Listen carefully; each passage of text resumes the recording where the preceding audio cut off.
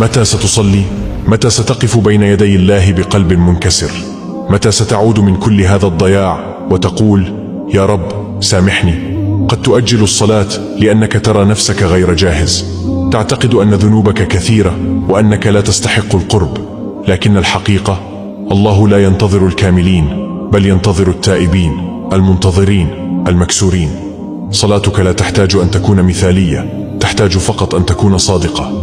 حتى لو بكيت في أول سجدة، حتى لو لم تعرف ماذا تقول، الله يعلم ما في قلبك قبل لسانك. كل لحظة تأخير تطفئ فيك نورا، وكل سجدة مؤجلة تحرمك راحة كنت في أمس الحاجة إليها. فارجع الآن، ليس غدا ولا حين أتحسن، بل الآن.